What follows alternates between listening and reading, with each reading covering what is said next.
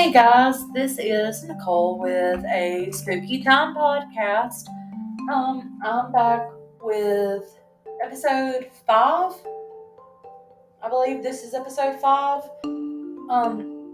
It's gonna be Madame Delphine LaLaurie.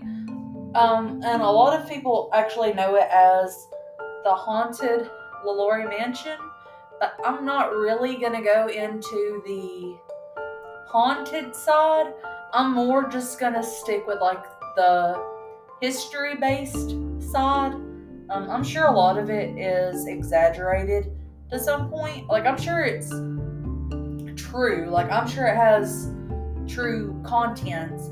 But I'm just saying that a lot of this is probably going to be exaggerated from what actually happened.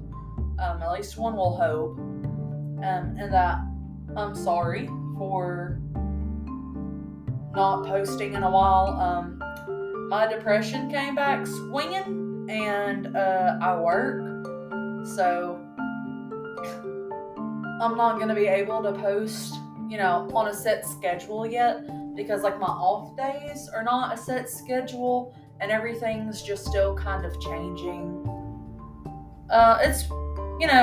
It's kind of weird, but we're getting through it, and I'm just going to go ahead and dive in to my notes, because I've been sitting on them for about a week, and I figured out it was time for me to actually jump back in, or I would never get it done.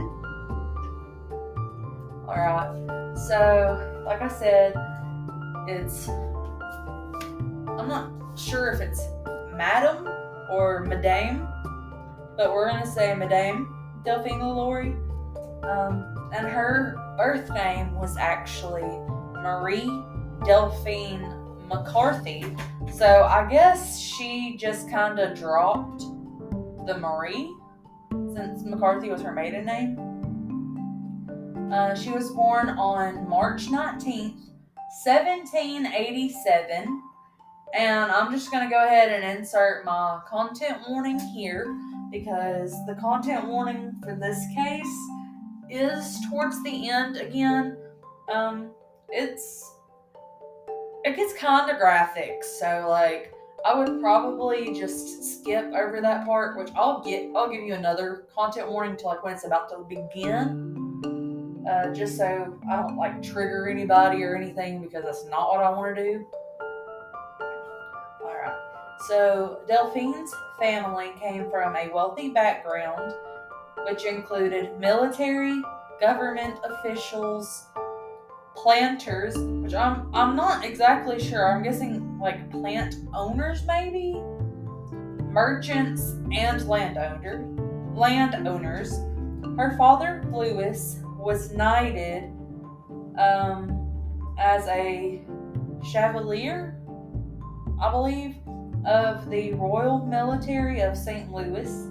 Her mother, Marie, was known for throwing extravagant parties that lasted until late in the night. When Delphine was 7 years old, her family owned, just her mother and father owned 1,344 acres of land. So that's pretty much all there was for her early life. And I went through about, I think it was like 3 or 4 different sources. And it pretty much, it was in the 1700s, there was no computers, so they didn't have any way of keeping record of that. So I'm just going to go straight in to... she entered into her first marriage when she was 14 years old, like a whole child. She married a man who was named Ramon Lopez Angelo, I believe. So I'm just going to say Ramon, because that's easier. Who was 35 at the time that they got married. And she was 14, so he was 21 when she was born. That's just wild. He was a widower at the time of the wedding. So he had already been previously married. He was an officer of the Spanish crown and was second in command to the Louisiana governor. On June 11th, 1800, they were wed in a private ceremony. He lost his previous wife on the voyage from Spain. It's believed that he bore some resentment towards the crown due to the passing of his wife, which, we can't really blame him there. He asked to postpone the trip due to danger, and he got denied. Okay, yeah, that explains a lot, actually. He began to rebel, which cost him his position and ultimately his life. On January 11th, 1805, his vessel hit a sandbar off of the Havana shores, and he was killed upon impact. That left his pregnant wife, Delphine, waiting for his return. Soon after, she had her first daughter, and she was named after Ramon's deceased wife. I purposefully have been leaving out the names of children, at least until they get older. But I really don't like to involve the people's children unless they are important to the story, which her children are not really crucial to the story, so we're just going to leave them unnamed, especially since it was, so long ago. Delphine remained in Havana only long enough to bury her husband, Ramon, and to have her daughter baptized. When she finally returned home, she was met with surprise that New Orleans was now under American ownership. Which, I would believe that's a pretty big surprise. As a young widow, it was no surprise that she was quick to remarry. On her 20th birthday, March 19th, 1807, she wed Jean-Paul Blanc. He was an older Frenchman and also a widower, just like Ramon. As Delphine obtained estate through her mother's passing, it's believed that he viewed her as a financial opportunity, which would make sense because her family was wealthy. He was a ruthless businessman, and he was not known for being ethical. So, in other words, he was unethical. Okay? In fact, he was known for being involved with two notorious pirate brothers, Jean and Pierre Lafayette. It's believed that he arrived in New Orleans with his own agenda and Delphine's hefty inheritance of $133,007 and a large plantation estate that her mother had left her. Which that would be in 1807, I think. 1807. So that's a pretty good bit of money now, but back then it was huge. And also, if you hear me say NOLA, that is just me referring to New Orleans, Louisiana, because it's a lot easier just to say NOLA. During their marriage, they had 5 kids, and then, that one from her previous marriage. And they purchased a 2-story townhouse. They spent time equally in between the townhouse and the plantation. From the outside, they appeared as if they lived a privileged life. But 10 years after their marriage, Jean passed away at 55. Delphine was left his estate, which included $2.5 million in debt in today's money. So I'm not sure what the actual number was for back then because I'm bad at math. She was forced to give the mutual assets back in order to keep her personal property and assets safe. So I'm gonna guess that was like the $133,000 and then the plantation that she was left, which would make sense, of course. She spent the next 10 years paying off the debts that Jean owed, because back in the day, that is actually what happened. Now it just kind of,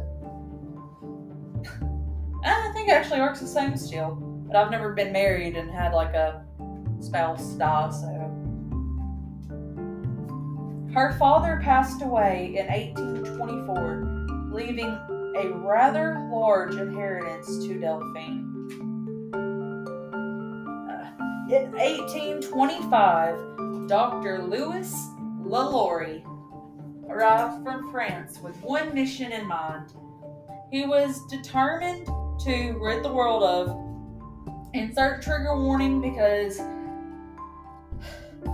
these are this is an exact quote from him, not from me, I swear. I would never. He was determined to rid the world of, quote unquote, crooked blacks, yuck, destroying one at a time. I don't agree with that, but okay. He was a chiropractor who treated Delphine's child in 1836 when they needed help with a back issue. And ultimately, romance blossomed between Dr. Lewis and Delphine. She was 40 years old. He was 25, so there was a 15-year age gap where Delphine was older, actually. She became pregnant with his child before they officially married. So, after out of wedlock. And 5 months after their son's birth, they were at a notary negotiation for their marriage contract. She was worth $66,389.58 in 1836 dollars, because once again I'm bad at math. Once assets were settled, they went to the St. Louis Cathedral to make it official, but was postponed for 6 months, likely due to the fact that the baby was out of wedlock and it was frowned on by high society, of course. The marriage was not happy, and it was definitely not happily ever after. They fought and separated often, but then made up. And some are said that this is what led to her mistreating her slaves. So, we're just gonna insert that little trigger warning. Not quite yet because I'm not diving into it, but it will be soon. In 1831, Delphine purchased the available lots on Royal and Hospital, and this would later become the location of the infamous Haunted LaLaurie mansion that we all know today. That is still located in NOLA, New Orleans, and this proved that money could make a relationship work. On November 16th, 1832, Delphine petitioned to the courts asking for separation from the bed and board of her husband on claims that he had beat her once. Okay. Still bad, but, and had treated her poorly in front of witnesses, which rendered the living situation insupportable. But ultimately, the separation isn't permanent. He moved, but came back. And now, this is where the content warning really goes into effect, because this is where it really gets brutal, because we're gonna stumble in to this is where shit hits the fan. On April 10th, 1834, a fire broke out in the mansion. Delphine and Louis were inside the mansion at the time, but an ugly truth was exposed. Just as with any other scandal, the story did grow and transform, but immediate reports and eyewitnesses' testimonies are horrifying and disgusting. 7 slaves were rescued from deplorable conditions, their bodies covered in scars and loaded with chains. But that didn't even scratch the surface of what would soon been found out.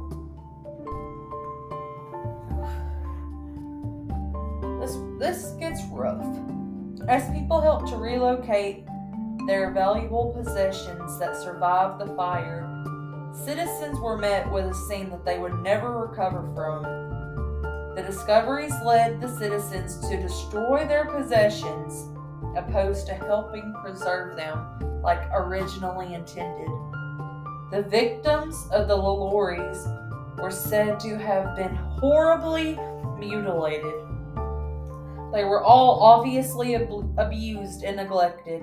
Some were suspended by their necks, with their limbs stretched and torn, naked and exposed, left to perish. Some with very large, heavy collars made from iron with heavy shackles also placed around their feet, making them unable to move. There was evidence of human experimentation, people living with maggots in their wounds, with missing limbs, and overall victims taken did not all survive. Bones were excavated from the courtyard. They were of a young slave girl that Delphine chased straight out of a window, causing the girl to fall to her death after, quote, hurting her while brushing her hair, unquote. What the hell? That's just, okay. She was a child. There were opposing reports to discredit this, but with them being wealthy and a doctor, this was most likely to be covered up. As grotesque as the scene was, Delphine was brought before criminal court for the barbaric treatment of her slaves, but was absolved due to lack of witnesses willing to testify in fear of retaliation. This is a side note that I put in here. There is a book, Madame LaLaurie, Mistress of the Haunted House, by Carolyn Morrow, and she does a wonderful job covering this case, and she goes well into depth. So I thought I would just give that a little shout out, just in case anybody wanted to, discover and dig deeper into this case for themselves. Although we don't know 100% for sure that everything she was accused of was true, as no reports of abuse before the third husband were ever recorded. Did she just take the unhappy marriage out on them? Did she just stop hiding it? On the night of the fire, Delphine escaped the mob and burning house. No one knows for sure where she immediately went, but she did end up in Paris with Louis. But eventually, he grew tired of her and fled to Havana. Her family moved to join her in Paris. And I actually did look this up, but I looked and I couldn't find any information on if her children knew or if they had uh, like suspected anything, but I wouldn't assume they would have, and then still moved in with her. Delphine died on December 7th, 1849. She died in her home, but the cause of her death is unknown. It was said to most likely have been a lingering illness. Records in Paris show that she was a real person. She was buried 2 days after her death on December 9th, 1849, and she was exhumed and sent home to NOLA on January 7th, 1851. So, what is it, just over a year after she was buried? A lot of theories suggest that she still haunts the mansion in NOLA, but one can never be sure with all of the horrors they discovered inside of the home. It'll forever stain the beauty, and that is very true. So that is the end of my story, and I could have made it longer, and I could have went into the hauntings, but I really just wanted to get that one out of the way, I guess, because a lot of people have heard it, and it's pretty common, but like I said, a lot of that was probably, hopefully, exaggerated, which I know that they were slaves, and back then, obviously, it was a lot different than it is now, which is a good thing, because nobody deserved that at all. No one. And I am upset that no one ever faced justice for that, because if that was true and it wasn't exaggerated, she was not a human, she was a freaking monster. And it doesn't matter even if you have problems in your own relationship. That is just insane. Yeah, so I am just gonna call it quits on this one, and I will be back next week at some point to bring you another episode, unless I get bored and have the time to do a short one before then. Alright, thank you guys.